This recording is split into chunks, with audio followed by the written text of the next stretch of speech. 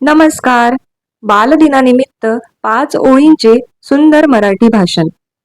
देशाच्या प्रगतीचा आम्ही आहोत आधार.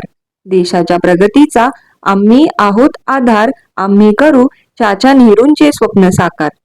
1. नमस्कार मित्रांनो. सर्वप्रथम आपल्या सर्वांना बालदिनाच्या हार्दिक शुभेच्छा. 2.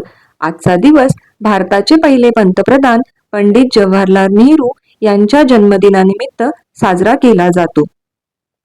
3. मुले त्यांना प्रेमाने चाचा नेहरू म्हणत. 4. चाचा नेहरूंच्या मते आजची मुले ही उद्याची नागरिक आहेत. 5.